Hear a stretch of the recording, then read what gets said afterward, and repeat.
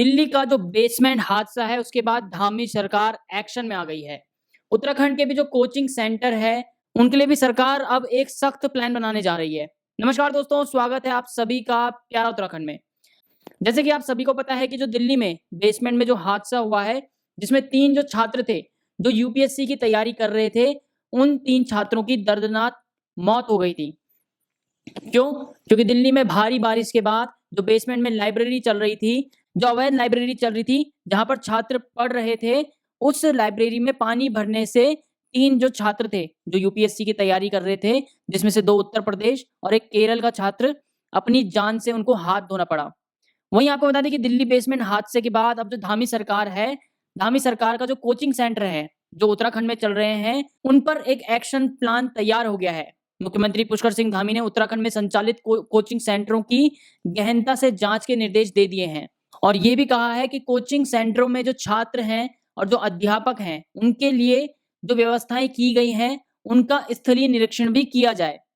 मुख्यमंत्री पुष्कर सिंह धामी ने मुख्य सचिव राधा रतूड़ी को प्रदेश व्यापी अभियान चलाने और कोचिंग सेंटरों में पार्किंग व्यवस्था और आसपास यातायात की सुगमता पर भी ध्यान देने को कहा है। सीएम पुष्कर सिंह धामी के निर्देश पर मुख्य सचिव राधा रतूड़ी ने सभी जिलाधिकारियों को यह निर्देश दे दिए हैं। सीएम ने कहा है कि दिल्ली जैसी घटना उत्तराखंड में न हो, इसके लिए कोचिंग सेंटरों की जांच के लिए अभियान चलाया जाए। ये जो मामला है युवाओं के जीवन से जुड़ा हुआ है, इसीलिए इसमें कोई लापरवाही न बरती जाए। उन्होंने कहा है कि यदि इस दौरान कोई कोचिंग सेंटर मानकों का उल्लंघन करता हुआ पाया गया, तो उस कोचिंग सेंटर के ऊपर सख्त से सख्त कार्रवाई की जाएगी।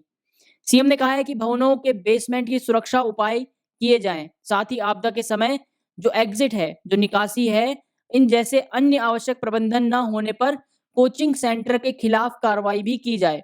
यहाँ आपको बता दें कि राजधानी देहरादून के साथ-साथ हरिद्वार, रुड़की और हल्द्वानी जैसे बड़े शहरों में भी, उत्तराखंड के जो बड़े शहर हैं, सैकड़ों और हजारों की तादाद में कोचिंग सेंटर खुले हुए हैं। कई कोचिंग सेंटर तो आपको बता दें कि घरों से ही संचालित हो रहे हैं, जहाँ पर बुनियादी सुविधाएं तक नहीं है। ऐसे में कभी भी हादसा होने का खतरा बना रहता है। 2 सप्ताह में रिपोर्ट करनी होगी सबमिट मुख्यमंत्री को। सीएम के आदेश के तत्काल बाद ही शासन ने सभी जिलों में कमेटी का गठन कर दिया है। इसमें सभी जगह विकास प्राधिकरण उपाध्यक्ष की अध्यक्षता में 5 सदस्यीय कमेटी गठित की गई है। इसमें संबंधित निकाय के नगर आयुक्त या अभिशासी अधिकारी, जिलाधिकारी द्वारा नामित अधिकारी, जिला अग्निशमन अधिकारी, वरिष्ठ पुलिस अधीक्षक द्वारा नामित अधिकारी को सदस्य बनाया गया है। अपर सचिव आवास अतर सिंह की ओर से जारी आदेश में सभी जगह से 2 सप्ताह के भीतर रिपोर्ट तलब की जानी चाहिए। कमेटी कोचिंग संस्थानों के पंजीकरण, बिल्डिंग बायलॉज के मानक, फायर सेफ्टी और आकस्मिक स्थिति में निकास की स्थिति जैसे मानकों की जांच करेगी।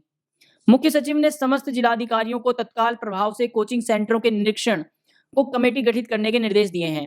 जिन भी कोचिंग सेंटर या जिन भी बिल्डिंगों में खामियां पाई जाएंगी, उनके खिलाफ नियमानुसार कार्रवाई की जाएगी। इन सभी को 15 दिनों के भीतर कार्रवाई की रिपोर्ट सौंपने के निर्देश दिए गए हैं, ताकि जल भराव के दौरान होने वाली संभावित दुर्घटनाओं से बचा जा सके।